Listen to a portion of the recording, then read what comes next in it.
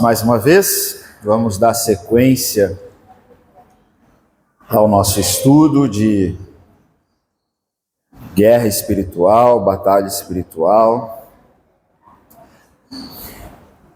Nosso primeiro estudo, na semana passada, falamos sobre a cura interior, como obtermos, de fato, cura interior, o que é cura interior, e como viver essa experiência de cura, de Deus, de fato, sarar as nossas feridas com a tua graça. E essa é a grande obra de Deus, é a grande obra de Cristo Jesus, faz parte desse plano de salvação, nos curar, né, nos transformar. E não tem como nós vivermos nesse mundo sem passarmos por feridas no interior, né? O próprio Deus, ele se fere quando ele se relaciona com a gente. A gente sabe que Jesus Cristo, ele foi ferido por causa de nossas iniquidades, e por causa das feridas dele, nós somos e fomos completamente sarados. Como que nós somos sarados pelas feridas de Deus e como nós experimentamos cura e de fato plenitude de vida e libertação? Com as nossas feridas. É quando nós transformamos as feridas de mágoa, de amargura, em perdão, em graça e amor. É assim que Deus lida com as suas próprias feridas, e assim Ele nos ensina a lidar com as nossas feridas, para que as nossas feridas sejam um meio da gente revelar a graça, o amor de nosso Deus, e através desse amor que nós somos plenamente curados e transformados. Deus não se ressente. Ele, com misericórdia e graça, trata as suas próprias feridas. Sabia que Deus é um Deus ferido? O tempo todo nós ferimos a Deus e Deus é ferido por causa de nossas iniquidades? Será que estamos atentos a isso? Será que na nossa conversa com Deus, uma conversa de filhos maduros, será que nós estamos preocupados, angustiados em querer saber, Senhor, quais são as suas feridas? Compartilha com a gente. Um filho imaturo é insensível às feridas dos pais. Eles não sabem o que acontece dentro de casa. Eles só querem saber de brincar, se divertir, de comer e beber. Olha para o pai e só quer pedir. Mas um filho maduro, de 30 anos, 40, 50 anos, de repente vai visitar o seu pai e vê o seu pai chorando por causa da família, por causa dos seus filhos, que estão entregues a Satanás. Um filho maduro vai chegar para o pai e vai falar, pai, o que está acontecendo? O que eu posso fazer para te ajudar? Conta comigo, pai. Tem que cuidar dos irmãos? Por isso que Jesus tentou trazer Pedro, né? Pedro estava na sua imaturidade. Quando se converteres, Pedro, Jesus disse, você vai cuidar dos seus irmãos. E é assim que foi o encontro de Jesus com Pedro depois da ressurreição. Tu me amas, Pedro? Amo. Então, vai cuidar dos meus irmãos. Nosso Deus é um Deus ferido, profundamente ferido. O Espírito Santo é sensível e se fere quando nós viramos as costas para Ele. Tiago diz isso no capítulo 4. Ele diz que o Espírito Santo tem ciúmes quando nós não damos atenção e nos voltamos a nós mesmos. E ali Tiago vai dizer quando a gente se volta à cobiça e à soberba. Ele se fere profundamente quando há um desprezo, né? E o caminho de maturidade, o caminho de cura, é a gente experimentar essa vida que Deus vive de não ressentir as feridas, mas de curar as suas próprias feridas com misericórdia e graça, para que possamos curar outras pessoas, né? Guerra espiritual tem tudo a ver com isso. Tudo a ver com isso. Porque a grande obra de Satanás é pegar as nossas feridas e transformá-la em ressentimento. É isso que nos torna semelhante ao demônio. É quando nós transformamos as nossas feridas em ressentimento. Isso é um resumo do que foi dito semana passada. Mas em Deus nós vemos que sim, as feridas fazem parte, mas nós devemos tratar com perdão e graça. E hoje, ainda sobre uma introdução sobre esse assunto, a introdução hoje vai ser sobre guerra espiritual propriamente dito. O primeiro texto é Efésios 6. Como foi na semana passada, será também nessa semana. Iremos ler muitos textos e eu estarei postando esse texto ali no Data Show para que os irmãos acompanhem o raciocínio, não apenas os textos, mas algumas frases da nossa reflexão. Iremos trabalhar sobre guerra espiritual hoje, uma introdução. Se contenha, porque muitos desses textos dá vontade da gente ficar só neles ali, meditando e tal, né? Mas como vai ser uma aula temática, a gente vai passar, não de forma exaustiva apenas em um texto, mas de forma panorâmica nós iremos meditar em vários textos. Não perdendo de vista o tema, guerra espiritual. Paulo diz aí em Efésios 6:11, que a gente tem que se revestir de toda a armadura de Deus para ficarmos firmes contra as ciladas do diabo. Existem ciladas do diabo, nosso inimigo, e a gente tem que vestir essa armadura. Verso 12, porque a nossa luta não é contra sangue e a carne, ou seja, não é contra as pessoas, e sim contra os principados e potestades, contra os dominadores desse mundo tenebroso, contra as forças espirituais do mal nas regiões celestiais. Temos uma luta, ou seja, temos uma guerra, um enfrentamento, não é contra as pessoas, é contra os dominadores desse mundo, contra os principados e potestades. E a gente sabe o contexto aí, ele vai falar mais à frente sobre como a gente se equipa para essa guerra, mas eu não vou entrar sobre isso hoje. Mas apenas de forma introdutória, a gente precisa primeiro entender isso, que nós estamos em guerra. Talvez para você seja, eu já sabia, tá, mas talvez as pessoas nem todas saibam. E talvez nem todas, sabendo, estejam atentas. O importante é estar atento numa guerra. Estamos em guerra, e quem não está ligado, ou seja, guerreando nessa guerra, já está sob o domínio do inimigo. Já está. Não tem neutralidade. Ninguém neste mundo está neutro nessa guerra. Ou está sob o domínio do inimigo, ou está sobre o reino de Deus. E quem está distraído está sob o domínio do inimigo. Tem aquele livro clássico oriental, A Arte da Guerra.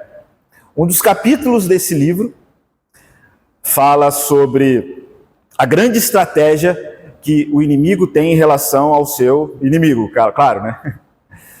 Que é a grande estratégia da guerra é, durante uma guerra, distrair o inimigo. E é isso que Satanás quer, nos distrair em relação à guerra. Fazer com que a gente pense que nós não estamos numa guerra, estamos aqui para viver de boa nesse mundo, não há essa questão de enfrentamento e tal. De forma muito efetiva, o inimigo destrói quando ele nos distrai. Infelizmente, estamos passando por guerras no mundo todo. Tudo se concentra na mídia, na internet, na guerra de Israel, com certeza. Mas o mundo é um mundo de guerra. Só você ir no Rio de Janeiro, você vai ver. Não precisa ir muito longe. Vai para a Colômbia para você ver passar um tempo lá. Para a Nigéria, né? Nossa, é absurdo. Não é só em Israel, é que Israel é o centro ali da mídia, o centro do mundo, a gente sabe tudo isso. Mas vamos pensar em Israel. Lembra que a última vez, não esse ataque de ontem, mas o ataque último do Hamas contra Israel? A gente sabe que Israel é uma nação totalmente preparada, equipada para se defender de todos os seus inimigos. Eles não dormem, está lá. Mas Hamas entrou, achou uma brecha. Destruiu gente. Gente que não estava na guerra, não queria guerra, queria se divertir. E foi num tempo de festa, numa festa super importante da nação de Israel, onde eles estavam comendo, bebendo, se divertindo, e a Bíblia fala muitas vezes sobre isso. Aí o inimigo aproveitou. O inimigo aproveitou a brecha, aproveitou a folga dos soldados, tudo bem esquematizado, estudado, distraiu, atacou e dizimou muita gente. É assim que acontece. Ah, mas eu não quero guerra, eu quero paz. Não interessa, vai se tornar escravo. Vai ser estuprado. Vai ser morto. Você vai ver os seus filhos morrer na sua frente. Ah, eu não quero guerra. Não interessa. É assim que o Hamas lidou com aqueles que não queriam guerra em Israel. Estamos em guerra. Vigie, se anime e se engaje, porque o nosso inimigo, a gente viu semana passada, né? 1 Pedro 5,8, ele fica onde? Ele fica ao nosso derredor. Às vezes você venceu uma batalha ali, mas ele está ali ao derredor. O que ele está fazendo ao derredor? Esperando uma brecha para destruir. Eu estou enfatizando isso porque é isso que ele quer. Que nem o Hamas fez ali com Israel. É isso, mas assim, sem piedade nenhuma. Ele quer destruir, esse é o objetivo dele. Esperar uma brecha para destruir. Portanto, estamos em guerra. Como estamos nela? Como estamos guerreando nela? E o nosso encargo e chamado é nos equiparmos para essa guerra. Para que possamos guerrear bem essa guerra. Não. Isso é assunto urgente. Temos visto de maneira alarmante, muito por causa de nossa distração e apatia, o domínio do demônio avançando e devastando muitos de nossos territórios. Muitos. Muitos de nossas famílias. Muitos de nossos filhos. Muitas de nossas igrejas. Devastando. Gerando contenda, difamação, murmuração, gerando um espírito ingrato. E a gente não pode permanecer inerte diante disso. Porque é isso que ele quer a nossa inércia, a nossa distração. É isso que ele quer. O mundo está o tempo todo em guerra. A gente sabe que existe guerra das grandes potências, da Rússia, Estados Unidos, China contra Estados Unidos e o Ocidente, né? O que a China quer com o Ocidente? Quer enfraquecer o Ocidente. E o que a China entrega para o Ocidente, para enfraquecer o Ocidente? Enfraquecer os seus homens. Entretenimento, barato e exaustivo.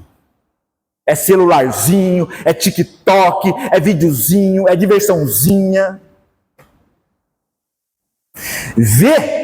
Faz uma pesquisa breve, vê se os jovens chineses ficam de maneira totalmente distraída nesses joguinhos, nessas distraçõezinhas. Não. E eles enfraquecendo com muita paciência uma geração inteira, o grande propósito é dominar ou ser a maior nação do mundo. A gente não pode ser inerte a isso, irmãos. Tudo é uma questão de guerra. Tudo. Tudo que você acessar, ver, tem uma guerra espiritual sendo travada por detrás. Em tudo que você assiste, em tudo que você vê, em tudo que você ouve.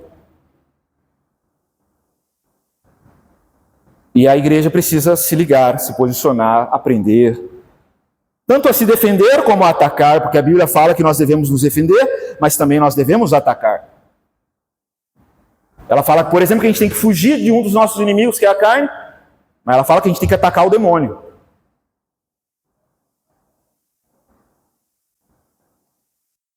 Como eu disse, a proposta de Satanás não é apenas nos distrair, mas distraindo, nos destruir.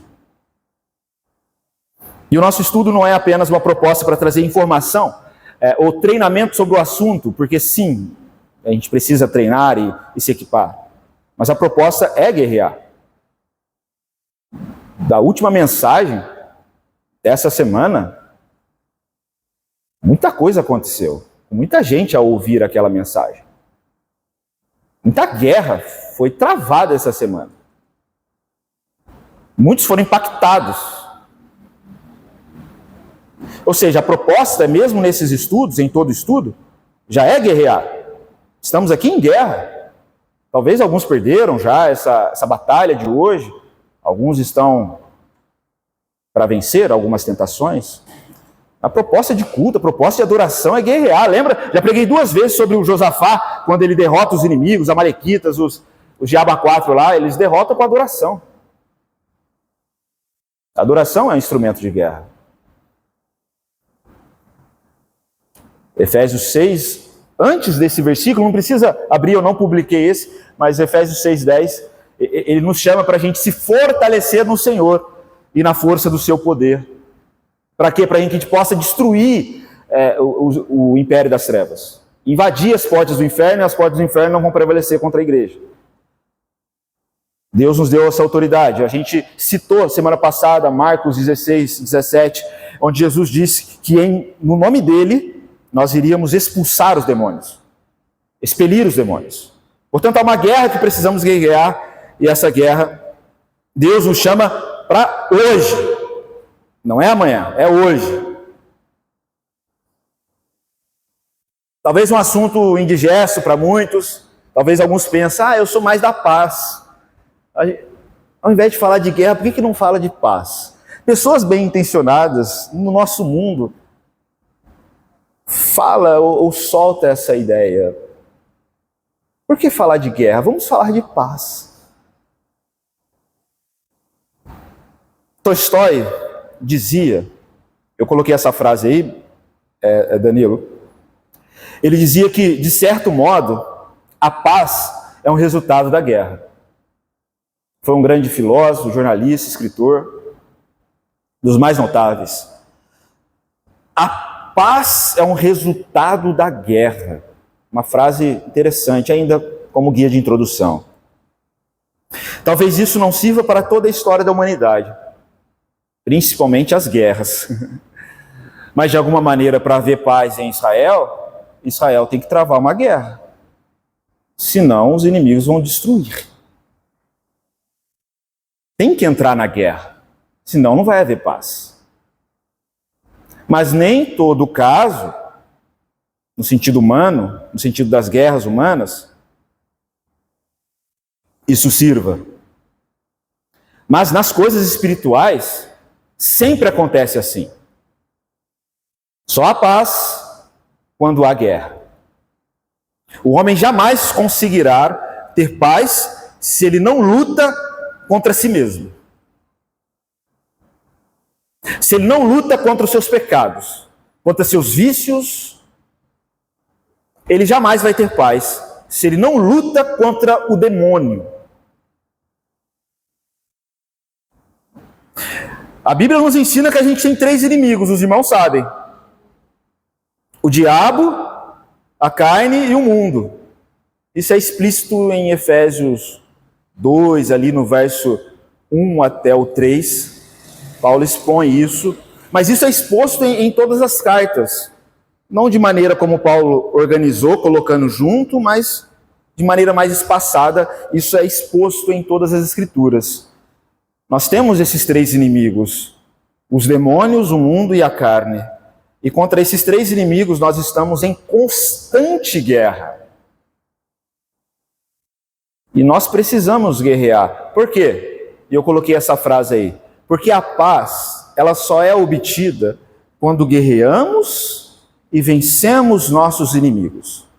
Essa paz que Cristo nos dá, que Ele nos promete, essa paz de espírito, da qual Ele diz que no mundo tereis aflições, mas tem de bom ânimo. No mundo vocês vão passar por várias dificuldades, mas a minha paz vos dou. Essa paz, ela só é obtida quando guerreamos e vencemos nossos inimigos. Ela só pode ser desfrutada assim, porque não existe paz sem guerra. Paz é um resultado da guerra.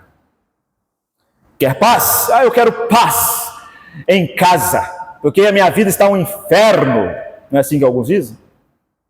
Lute, batalhe, guerreie contra os inimigos, que não são as pessoas. Se não batalhar, não vai ter paz. Lute ferozmente contra a carne, contra o mundanismo e os demônios, sem distração, com muita atenção. Faça da sua casa um campo de batalha, onde ali há guerreiros de oração e de adoração que não dão brecha para os inimigos. Ali haverá paz. De resto, o inimigo vai te distrair, te conduzir a uma falsa paz, da diversão e da distração. Quando nós vemos, por exemplo, ainda sobre esse assunto, no livro de Apocalipse, vemos que essa luta continua, e ela começou no Éden, mas ela vai ter o seu clímax lá no final dos tempos. E João, falando de Satanás em Apocalipse, ele fala isso no capítulo 12, no verso 9, né? Ele descreve Satanás como um dragão de 7 cabeças e 10 chifres, uma cauda imensa que arrasta, né, e destrói 1/3 das estrelas do céu. E João diz lá no verso 9 de Apocalipse que esse dragão, ele é a antiga serpente.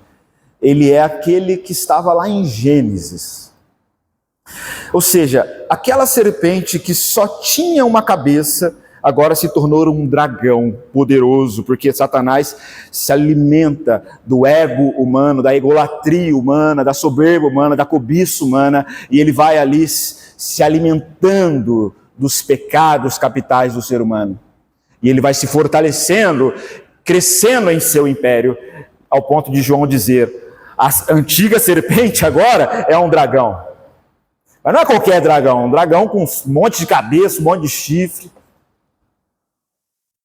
Mas a gente sabe que enquanto não chegar esse clímax do final dos tempos, nós viveremos dia após dia a piora agravante dessa guerra espiritual, do qual todos nós estamos envolvidos, todos nós, quer saibamos ou não, agravamente, de alguma maneira, essas coisas estão acontecendo, Satanás está se fortalecendo, está ficando mais poderoso, mais forte, mais firme naquilo que são os seus propósitos de destruir a igreja.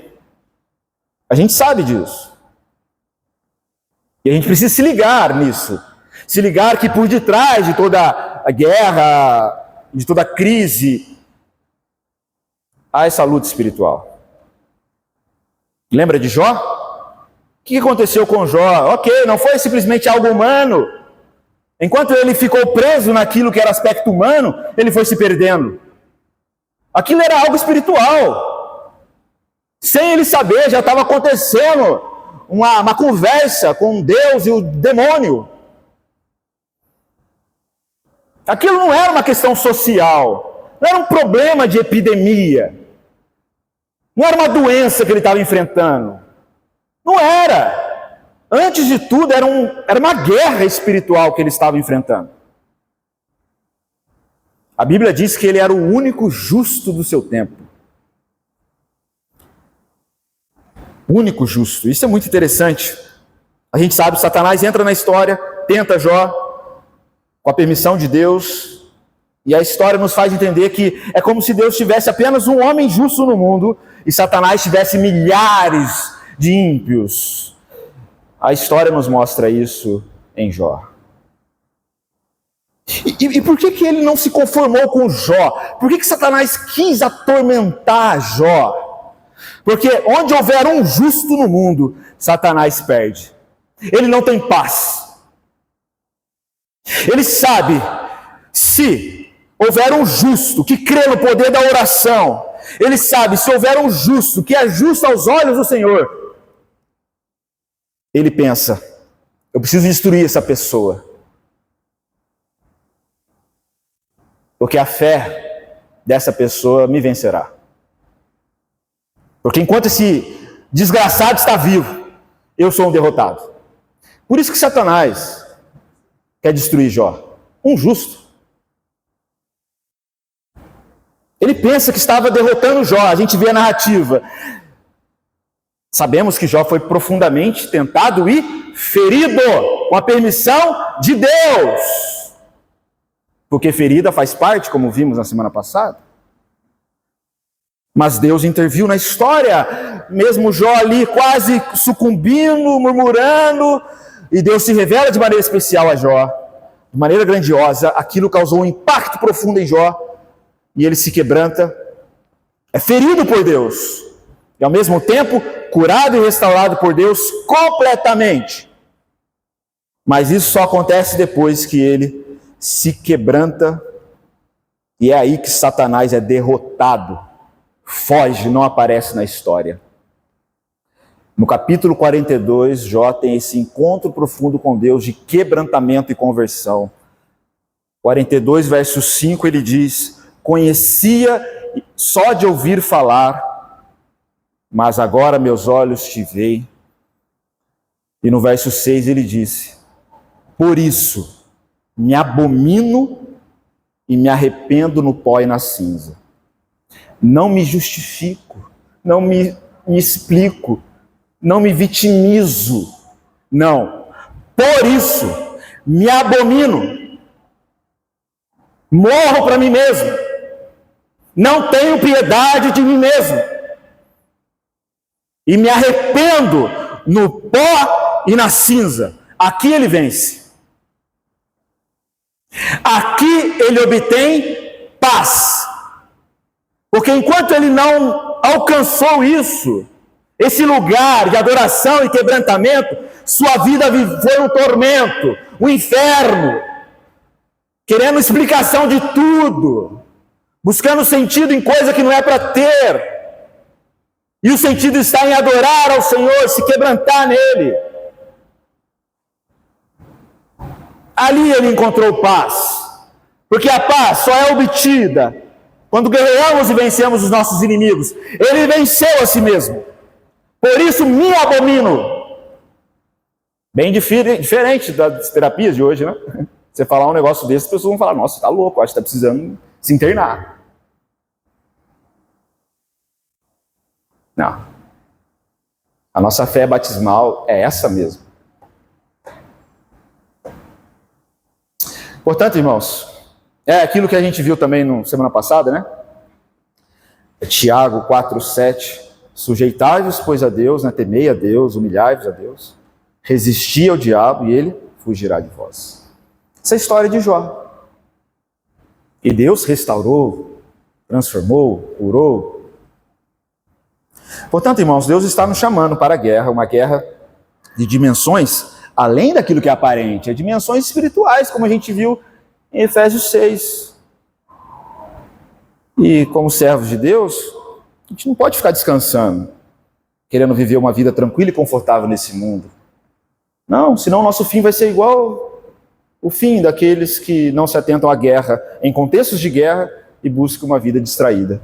O inimigo não respeita o nosso desejo de querer ficar de boa, de amarrar o burro na sombra. Não, ele não respeita isso não. Pelo contrário, ele nos incentiva a isso, porque isso vai enfraquecer a gente. E enfraquecendo, a gente não vai ter força para derrotar ele. E quando a gente tiver força, vencendo as distrações e desenvolver uma vida de oração, ele sabe que ele é obrigado a sair, a sumir desse lugar, onde a adoração, de fato, é o centro. Não é hora, eu coloquei essa frase aí, Dani, não é hora de descansarmos, é tempo de guerrearmos. As forças das trevas estão sitiando a igreja, por todos os lados, principalmente as famílias. E a igreja é composta por famílias. Há uma grande letargia, desânimo. E a gente precisa entender que isso não é só eu estou lamentando isso. Não, não é isso. A gente precisa entender que essa é a estratégia do inimigo. A letargia e o desânimo. É estar sob o domínio do inferno. Na letargia e no desânimo. Não é só uma crise existencial. Não é falta de vitamina. Não é, nem sempre. É triste isso, porque hoje a gente está tão carnal que a gente trata as coisas tudo de forma humana. A gente trata a questão alimentar, deve ser alguma coisa, deve ser alguma vitamina, deve ser algum remédio, deve ser alguma questão da psique, deve ser alguma questão de comportamento cognitivo, deve ser. Aí quando nada dá certo, aí o que sobra? Aí a pessoa procura um pastor, diz, pastor, acho que deve ser alguma coisa de demônio aí. Né? A pessoa ela não pensa que existe em todas essas áreas, em tudo, na verdade, essa ação do demônio, mas também do Espírito de Deus, que tudo envolve essa guerra espiritual. A pessoa não se toca. E é isso que o demônio quer. Ele quer que a gente deixe o reino de Deus por último. Aí a pessoa chega, eu já tentei de tudo, agora só me resta orar. Eu falei, mas agora? Tinha que ser em primeiro lugar. Buscar humildade, quebrantamento, isso que Jó buscou. Tinha que ser em primeiro. Não é quando sobra. Olha os versículos aí que nos faz nos atentar. Hebreus 12, 13. Considerai atentamente a Jesus Cristo, que tanto sofreu por amor de vós, e não sereis tomado de desânimo em vossa alma. Considerai atentamente a Jesus Cristo. O demônio, ele quer tirar você dessa contemplação. Dessa contemplação. É isso que ele quer tirar da sua vida, o olhar de Cristo. Considerai atentamente o amor de Cristo, o sofrimento de Cristo. Para quê? Para que você não desanime. Lembre, o propósito de Satanás é nos desanimar. É nos desanimar. 2 Coríntios 4,4. Dani, por favor. Olha só o que diz. O Deus deste século, que é o demônio, que é o Satanás, cegou o entendimento dos incrédulos. Para quê? Para que lhes não resplandeça a luz do Evangelho da glória de Cristo. Então, a fé é para que possamos contemplar Cristo, sua glória, sua oferta, seu amor. E qual é o objetivo do demônio? Cegar, tirar de nós essa visão espiritual, essa visão pela fé, para que não resplandeça em nós a luz do Evangelho de Cristo. É isso que ele quer. Ele quer tirar a contemplação, a visão espiritual, o olhar que essa guerra é real. E tirando o olhar, ele vai nos tirar a satisfação em Cristo. Ele vai nos tirar a paz em Cristo. Ele vai nos tirar a alegria em Cristo. E assim a gente vai ficar o quê? No verso de Hebreus, desanimados. Porque o que nos anima, do qual Jesus falou, tem de bom ânimo, é estar atento a Cristo. Ou seja, tudo bem aqui? Tranquilo? Estão entendendo, né? O desprezo, então, por Cristo, que é sinônimo de desânimo alarmante, desprezo por Cristo é sinônimo de desânimo alarmante. Isso não é apenas uma obra humana de rebeldia. Não é apenas um pecado, uma rebeldia nossa. Também, mas não é. Tem alguém aí por detrás. O Deus desse século, ele trabalha para isso. Para quê? Para obscurecer, tirar de nossa vida a luz do Evangelho da glória de Cristo. Ele quer tirar, por exemplo, da nossa relação familiar, de que a relação familiar existe com o único objetivo de revelar o amor de Cristo com a igreja. Se ele tira esse olhar de contemplação de Cristo, que sobra? Então a gente tem que fazer o contrário. Olha, eu entendi o que ele quer. Eu preciso olhar, como diz o autor de Hebreus, firmemente para ele, autor e consumador da minha fé. Fixar o meu olhar. Então eu vou buscar. Entenda isso, ele quer tirar o seu olhar de Cristo, então eu vou buscar literatura sobre isso, ler santos do passado que escreveram sobre essa vida de contemplação a Cristo Jesus, esse contemplar o seu amor, a sua graça, aquilo que Paulo contemplou mesmo ferido no espinho da carne, a minha graça te basta. Eu quero em minhas feridas contemplar a Cristo. Aí o demônio vem, usa suas feridas e contemple sofrimento, contemple desgraça, contemple murmuração, reclamação e o diabo a quatro. Não é só uma rebeldia da carne, é uma ação demoníaca por detrás.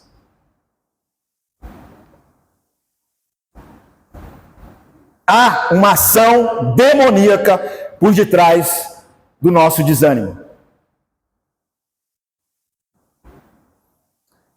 A gente precisa entrar nessa guerra para expulsar os demônios que estão nos desanimando. Nos desanimando no amor, na comunhão, na fé, no contentamento pelo Cristo.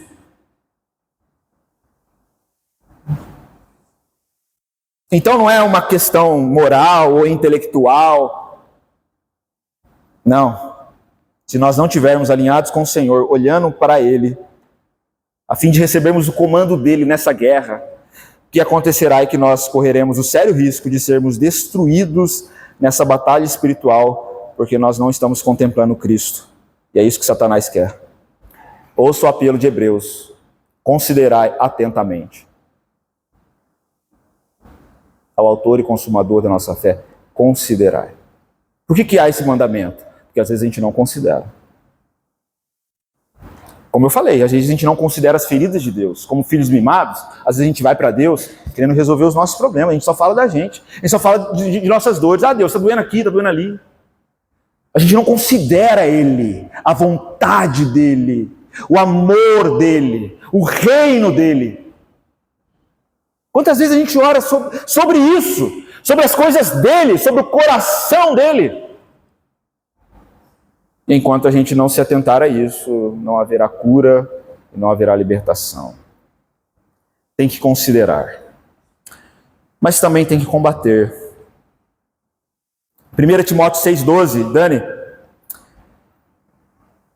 Combati, ou melhor, ele está falando para Timóteo. Timóteo, combate o bom combate da fé.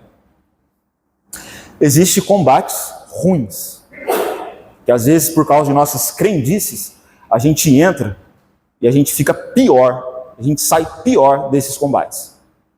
Somente nas últimas eleições a gente vê que a igreja entrou em certos tipos de combate que ela saiu pior do seu estado, da qual estava.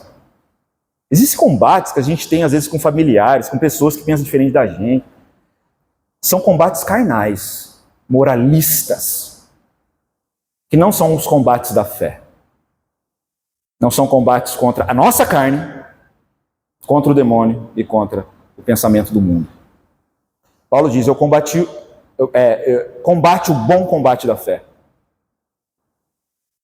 Ele diz em 2 Timóteo 4,7, e esse texto é a despedida de Paulo, é os últimos escritos de Paulo. Ele está no final de sua vida, Deus já havia revelado para ele muito antes que ele iria morrer em Roma. Ele sabia que ele iria morrer. Nas prisões ele escreve cartas de amor, de graça, de instrução para a igreja. Aí ele está despedindo aqui do Timóteo, dizendo, Timóteo, combati o bom combate. O bom combate, não o mal. Completei a carreira, guardei a fé. Ele continua, né? A coroa, né, está reservada. Combate fala de esforço, não fala de letargia, de desânimo, de preguiça. A gente vai falar sobre preguiça daqui a alguns domingos, que é uma ação demoníaca por detrás. Não é só uma questão comportamental, não é. A gente não está aqui para viver uma vida cômoda, e a nossa geração de cristãos é caracterizada por uma geração fraca, preguiçosa, gulosa. Qualquer coisa é motivo de desanimar, de não vir na comunhão, de não orar, qualquer coisa. Diante do que os apóstolos viveram, de que a igreja perseguida vive, somos muito preguiçosos, muito insatisfeitos. Logo, não gostamos disso, vamos para outro lugar. Porque não me senti bem aqui, eu vou para outro e vai. Preocupado é só com os problemas. A lista de oração não é sobre o coração de Cristo, mas é sobre os meus problemas, minhas feridas.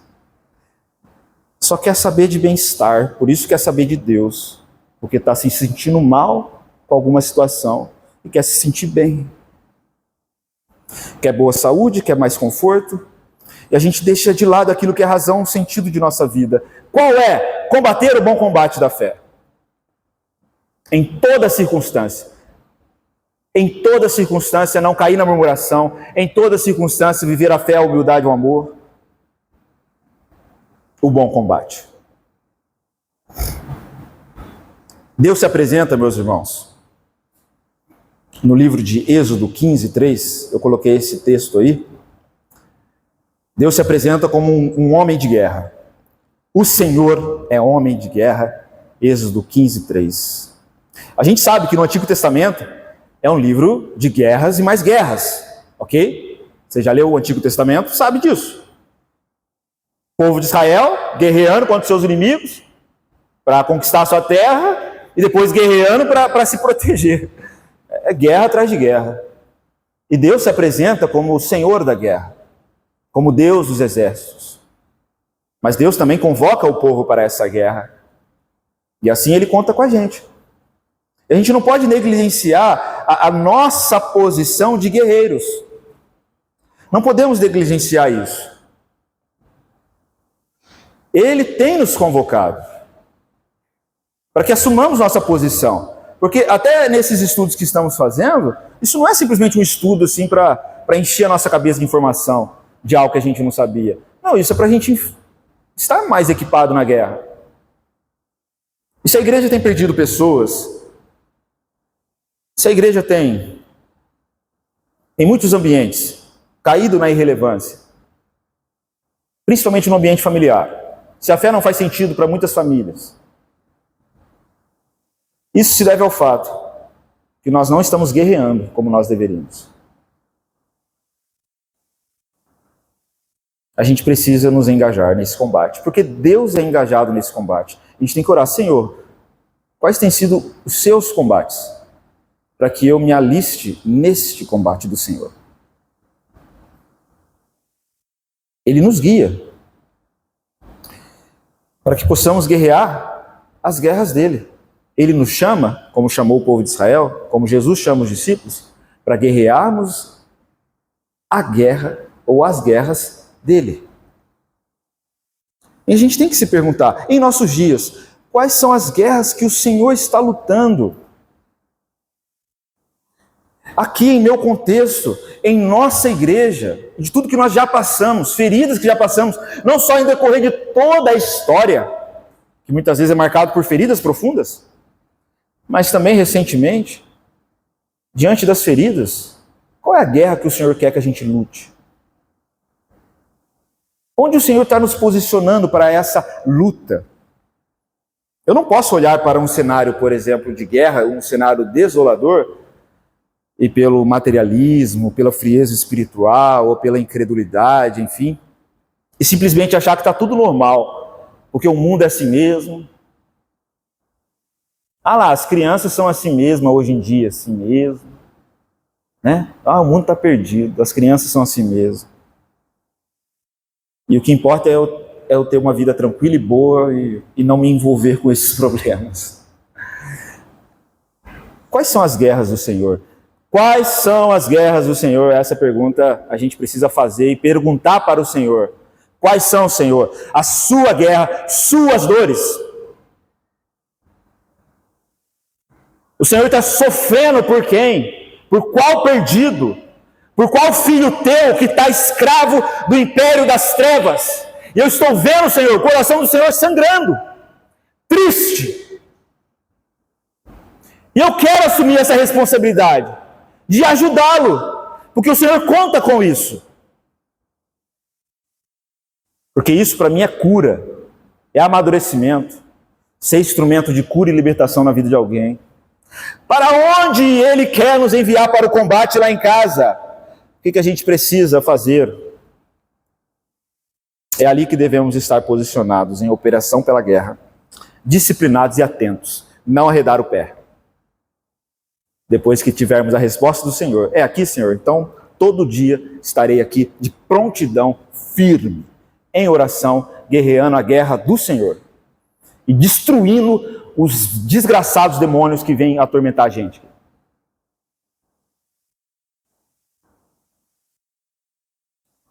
Jeremias 20:11, na parte A do versículo diz, isso está no Data Show: o Senhor está comigo como um poderoso guerreiro.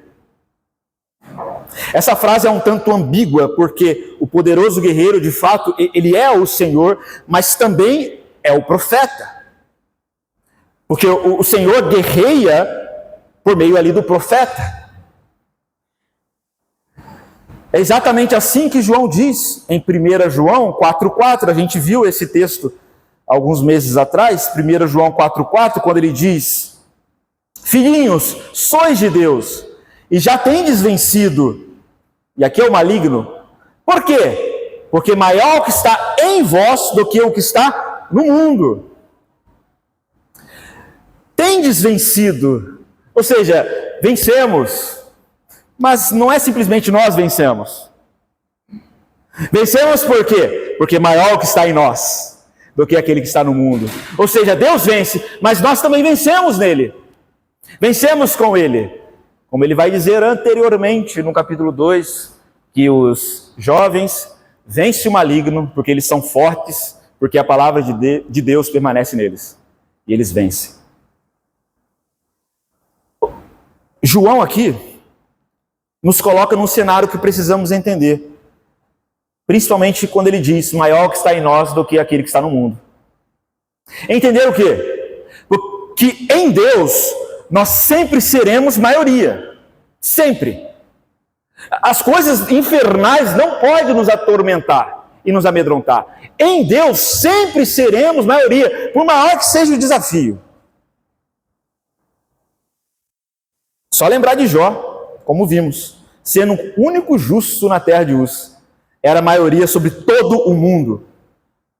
Todo mundo. A gente não pode olhar os desafios de fé e achar que nós estamos em desvantagem. Ai, Deus, eu não dou conta. Não é eu, filho. É o que o Senhor pode fazer em mim, através de mim. E isso é maioria. Essa é a minha força. É a força da fé. Qual é a vitória que vence o mundo? A fé. Vence o egoísmo, a indiferença, a soberba e a cobiça, a preguiça, a letargia. Jamais estaremos em desvantagem enquanto o Senhor estiver conosco. Enquanto nessa guerra, o nosso coração estiver nele e ele em nós. Enquanto a gente estiver unido com ele, jamais. Por isso que a gente só precisa de um justo para transformar uma geração. Um santo, no ambiente que ele nos enviou, para colocar o diabo para correr. Por quê? Porque ele não pode ficar aonde há um justo ali sobre aquele lugar. Ele não consegue. Ele vai tentar atormentar esse justo, que nem fez com Jó. Mas no final ele vai ser derrotado. Porque maior que está em nós do que aquele que está no mundo. Quantas vezes Deus capacitou o povo para isso nas suas guerras? Israel sempre era a minoria. Sempre. Sempre mesmo. Mas estamos em guerra. Ainda estamos trabalhando princípios, ok? Introdutórios. Por exemplo, esse tipo de situação já aparece no texto de Gênesis 3,15, onde o homem, depois de cometer o pecado, ele recebe maldições e diz: antes Deus amaldiçoa Satanás e ele diz: porém inimizade entre ti e a mulher. Esse texto está aí. Entre a tua descendência e a descendência dela, ela te esmagará a cabeça e tu lhe ferirás o calcanhar. O que está acontecendo aqui nessa passagem?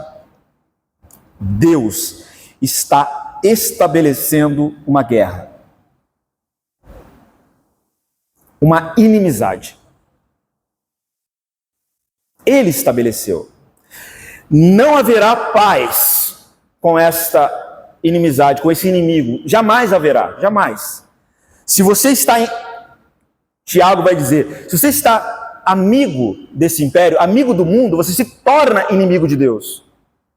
Porque não há pacificação nessa guerra. Não há. Por quê? Porque foi Deus que estabeleceu essa inimizade. Porém, inimizade entre ti e a mulher. E quem que é o descendente da mulher que vem para destruir a serpente? É Jesus Cristo. Ele se engajou nessa guerra. Ele veio para destruir as obras do demônio e da serpente, mas também ele nos chama, nos convoca, quer que sejamos engajados nessa luta contra, como a gente leu em Efésios 6, contra principados e potestades. Por que ele nos chama? E por que a gente tem que lutar? Porque não haverá conciliação. Não adianta a gente chegar lá na divisa de Israel, uma bandeirinha branca, com cartaz assim, paz, o amor que importa, amor gera amor. Sendo eu judeu, o que o iraniano vai fazer comigo? Minimamente dá uma bala na minha cabeça, mas às vezes ele faz pior. Eles pegam, torturam, gravam vídeo. É isso. Não há amizade contra o império das trevas.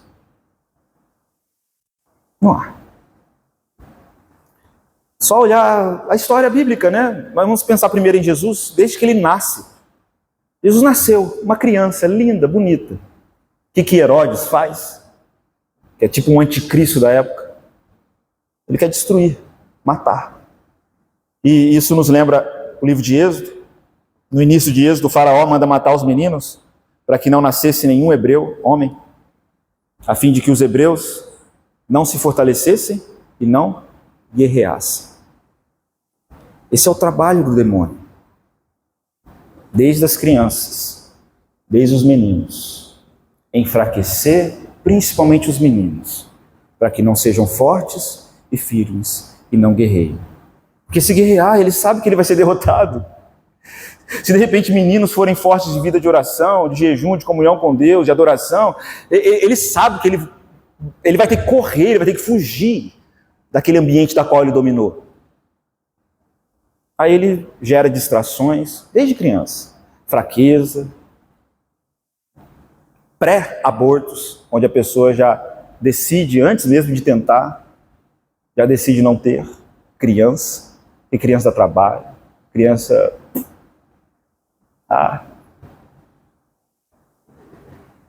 fraqueza, né? É isso que ele quer. É isso que ele quer. Essa é uma das piores ideologias que domina a nossa mente. Então, por mais que uma criança pareça inofensiva, nem mesmo ela está esquecida pelas forças do inferno. E hoje, ele tem atacado assim de maneira absurda as crianças. Por causa da permissão dos pais, com ações demoníacas, se tornam o diabo na vida dos seus.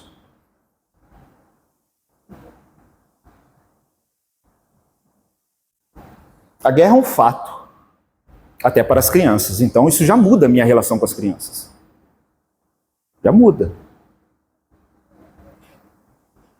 E se elas são talvez o principal alvo dele, já muda. Eu tenho que ensinar a guerrear.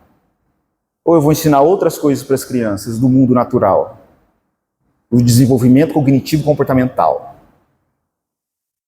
Para que ela desenvolva, né, tantas coisas. Isso, não estou dizendo que isso não é importante. Mas o que é mais importante? Se a gente perder de vista que aquilo que é o mais importante, as outras coisas serão as outras coisas. Ou seja, ferramentas de Satanás para nos distrair daquilo que é mais importante. A gente só precisa decidir estar ativamente nessa guerra ou se seremos vítimas dela. A gente só precisa decidir se a gente vai alistar as nossas crianças nessa guerra ou se elas vão se tornar vítimas dessa guerra. Porque hoje Satanás no Ocidente, aqui no Brasil, ele tem pouco trabalho. Já tem um sistema satânico que se enfiou na família, que gera fraqueza e doença espiritual, já pronto. Já é um mecanismo, já tem um gabarito já. Ele tem pouco trabalho para tornar as crianças assim, logo cedo, escrava do egoísmo, da egolatria, de sua própria soberba, da preguiça, da diversão, da distração, e tudo isso só gera morte mental, espiritual e emocional nelas. Já tem um gabarito pronto, ele pouco faz.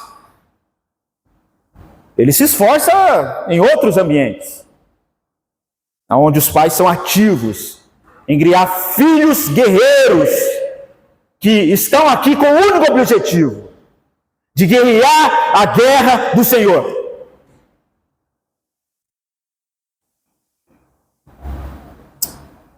Não durma, acorde. Um general de guerra do século XIX, ele dizia o seguinte, eu coloquei essa frase aí. Um dos inimigos, os maiores inimigos dos guerreiros de França eram aqueles que se chamava de a voz que adormece e a mão que apaga a vela. O que é a voz que adormece? Aquela voz inimiga que se apresenta como uma amiga e diz, fica de boa, relaxa. É aquela voz da qual Pedro foi possuído. Quando Jesus estava falando sobre a cruz, ele estava indo para a cruz. Pedro disse para Jesus, tenha piedade de ti mesmo. Poupa-te. O que é a mão que apaga a vela? É a mão que acaricia e que vai te apagando para que você durma e seja atacado e morto enquanto está dormindo. E quando alguém morre enquanto está dormindo, ele não percebe que ele morreu. As pessoas não imaginam o perigo que elas se encontram quando elas negligenciam a vida espiritual, a vela, a luz, a oração, a vida sacrificial, quando elas deixam de lado o deleitar-se em Deus, fazendo assim um mal para a sua própria alma. E de verdade, tem atitude que destrói, irmãos, que destrói tudo, que às vezes não tem mais chance de voltar. E o que sobra, os que ainda ficam nesse ambiente, principalmente da religião, é que serão usados por Satanás, sem que percebam, a manifestarem uma religiosidade, uma crendice cheia de ilusão, espírito de engano, que é a grande especialidade do demônio. E assim serão tomados pelo império das trevas. É isso que significa aí, essa estratégia de guerra. A voz que adormece e a mão que apaga a vela. Estratégia de guerra. Adormecer. Não podemos. O reino de Deus, em Mateus 11:12, Jesus diz, desde os dias de João Batista até agora, o reino dos céus é tomado por força, e os que se esforçam se apoderam dele. A palavra força aqui, ela é a mesma da palavra violência. A gente sabe que numa guerra, para que possamos proteger alguém que a gente ama, violência é necessária. Sem violência não tem como. E ele está dizendo, o reino dos céus é tomado por força violenta. E os que se esforçam, e fala de força, mais uma vez força, porque fraqueza é algo demoníaco. Força, o que se espera no Senhor renovarão as suas forças. Os que se esforçam se apoderam do reino, entram no reino. Ele não está falando aqui para a gente arrumar briga com as pessoas que gostam de lutar. Não é isso. Não. O reino dos céus é dos que exercem força no sentido de que nós precisamos perceber que Satanás é como um bandido que pretende tomar a casa. Jesus utiliza essa comparação em Lucas 11 e em Mateus 12, ao falar que Satanás é como um malfeitor que entra até que chega um homem mais forte e expulsa ele. Olha o que diz aí Lucas 11:24. Quando o espírito imundo, presta atenção, quando o espírito imundo ele sai do homem, anda por lugares áridos, procurando repouso, e não achando, ele diz, ou seja, ele foi expulso. Aí daí ele saiu, ficou assim, sem fazer nada. Aí ele pensa, voltarei para minha casa de onde saí. E tendo voltado, a encontra varrida e ornamentada, bonitinha. Então ele vai, vê se dá para ter sossego nisso, irmãos. Então ele vai e leva consigo outros 7 espíritos, piores do que ele. E entrando, habitam ali. E o último estado daquele homem se torna pior do que o primeiro. Não vigiou, não fechou as portas. Lembra que a gente viu na semana passada? Não fechou as feridas. Aí o demônio vem e volta. E ele é covarde. O desgraçado é covarde. Pior que uma hiena. Se ele é derrotado numa batalha, ele fica ao derredor, ele vai voltar com mais 7 demônios. 7 é um símbolo é um número muito significativo, né? E a gente vai falar depois aqui sobre os 7 pecados capitais, né? É como se fosse um demônio para cada pecado que a gente tem que combater. Maria Madalena, né? Tinha 7 demônios e Jesus curou ela desses 7 demônios. Mas o demônio é essa espécie de ser, né? Traiçoeiro, desgraçado. Anda para lugares buscando repouso. Aí ele não encontra, aí ele volta. Ele volta. Ele quer nos destruir. É assim que funciona. É assim que funciona. Assim nós estamos nessa guerra, irmãos. Assim nós estamos nessa guerra. Para terminarmos, alguns podem perguntar, será que não haverá um momento aqui nessa terra, enquanto a gente estiver aqui, de sossego, de paz, de tranquilidade? Enquanto a gente estiver aqui, não. Haverá sim um lugar de paz, de tranquilidade, quando a gente morrer. Morrer testemunhando a fé. O tempo da partida, Paulo diz, está próximo. Combati o bom combate, completei a carreira e guardei a fé. Coroa da justiça está reservada. Olha o que diz Apocalipse 2:10. Esse texto não está aí. Ah, tá. Eu não sabia. Não tenha medo as coisas que tem de sofrer. Amém? Amém? Ó, diz amém aí para a palavra de Deus. Não tenha medo as coisas que tem de sofrer. Amém? Não tenha medo. Por quê? Eis que o diabo está para lançar em prisão algum dentre vós. Não tenha medo nem do diabo. Ele vai lançar alguns nas prisões. Ele vai atormentar a sua vida. Não tenha medo, tá? Ele vai atormentar a sua vida. Essa semana, ele vai atormentar a sua vida. Não tenha medo. Não tenha medo. E para isso vai ser provação. Ele vai colocar alguns na prisão para ser dispostos a povos. E tereis tribulação de 10 dias. Ser fiel até a morte. E dar-te-ei a coroa da vida. Ele fala isso para a igreja de Esmirna, passando por constantes provações. Quer ter paz? Seja fiel até a morte. Porque se o fim da sua vida for de infidelidade, Jesus deixou claro, aquele que perseverar até o fim será salvo. A fé carrega uma virtude da perseverança. Ser fiel até a morte. Esse será o momento do nosso descanso. A nossa morte tem que ser um testemunho de fé. Até lá, nós estamos em guerra. A gente não pode pensar que aqui nesse mundo corrompido, do qual Jesus diz que jaz o maligno, a gente não pode imaginar que esse mundo aqui é para a gente viver uma vida tranquila, sem combate. Não.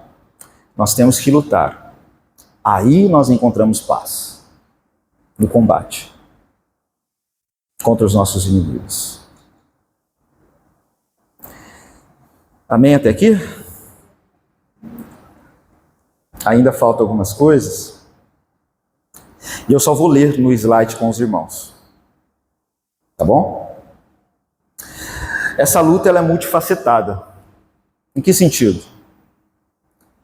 Paulo diz em 2 Coríntios 7,5: Porque, chegando nós à Macedônia, nenhum alívio tivemos. Irmãos, nenhum alívio tivemos. E Paulo não ficava buscando alívio. Nenhum alívio tivemos. Pelo contrário, em tudo fomos atribulados. Lutas por fora, temores por dentro. Deus chamou Paulo para a luta e nos chama. Romanos 15:30. Paulo lutava nas orações. Rogo-vos, pois, irmãos, por nosso Senhor Jesus Cristo e também pelo amor do Espírito, que luteis juntamente comigo nas orações a Deus ao meu favor. Oração não é lugar de termos um jogral com Deus. Oração não é yoga. Não. É o momento que eu me disponho para estar profundamente engajado e firme nessa batalha, em que o Espírito de Deus me posiciona com força para expulsar o demônio e destruir as forças do mal. Oração é guerra. E você percebe isso. Se você colocar como disciplina para a sua vida, eu quero me dedicar à oração nesse horário. Vai vir dor de cabeça. Vai vir gente te procurar nesse horário. Vai vir uma desgraceira e você vai chegar assim, não deu conta porque apareceu isso para me resolver, apareceu isso. Eu falei, que apareceu isso, filho? Isso aí foi provações da qual você foi desaprovado. Você acha que quem está por detrás disso, quem quer tirar você desse lugar de oração, porque ele sabe que se você de fato desenvolver uma vida de oração séria, ele vai ser expulso. Tem que lutar, Paulo. Então não é yoga, não é um sentimentalismo, não é se sentir bem. Oração é batalha. É batalha, é o que Paulo diz. Luta com a gente. Luta na pregação do Evangelho. Apesar de maltratados e ultrajados em Filipos, como é do vosso conhecimento, tivemos ousada confiança em Deus para vos anunciar o Evangelho em meio a muita luta. Então é luta. Luta para pregar o Evangelho. Tem que ter luta. Luta contra o pecado. A vossa luta é contra o pecado. Ainda não temos resistido até o sangue. E depois Pedro diz, em 1 Pedro 2,11, que a nossa luta é contra as paixões carnais. Temos luta de todo lado. Não podemos estar desatentos em relação a essa luta. Não podemos nos desatentar, estar desatentos às estratégias satânicas, aos desígnios de Satanás, como Paulo vai dizer. Devemos não apenas conhecer nosso Deus, a vontade dele, mas precisamos também conhecer os nossos inimigos, para que possamos vencê-los. Amém? Até aqui, irmãos? O assunto rende bastante. É uma introdução. Iremos falar muito sobre esses assuntos e iremos nos aprofundar sobre conhecer cada aspecto dessa luta.